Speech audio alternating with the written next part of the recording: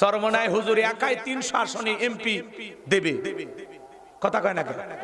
ওনারা যদি একাই 300 আসনে এমপি দিয়ে যেতে তো সমস্যা কোথায়? হয়ে যাক, ওনারা এই দেশে ইসলাম কায়েম করুক, কথা কন ঠিক না?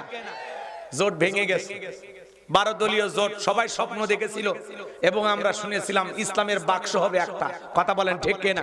বুক ভরা আসনে জাতির মানুষ চেয়েছিল যে অন্তত এইবার হুজুরেরা ঐক্যবদ্ধ হয়েছে, আর কে ঠেকায়, এরকম একটা ভাব মানুষের ভিতরে ছিল, কথা কন ঠিক কিনা?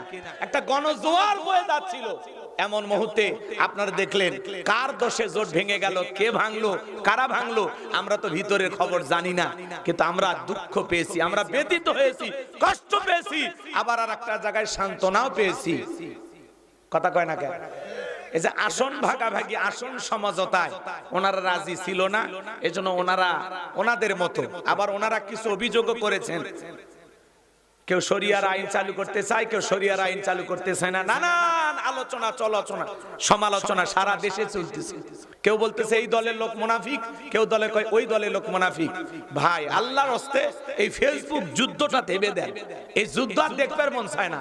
এদেশের মানুষ কিছু না হইলেই ফেসবুকে দিয়ে যুদ্ধ শুরু করে দেয়, মারামারি শুরু করে দেয়। আরে ভাই বেলা শেষে আমরা সবাই ভাই ভাই মিলেমিশে এক দেশে থাকতে চাই।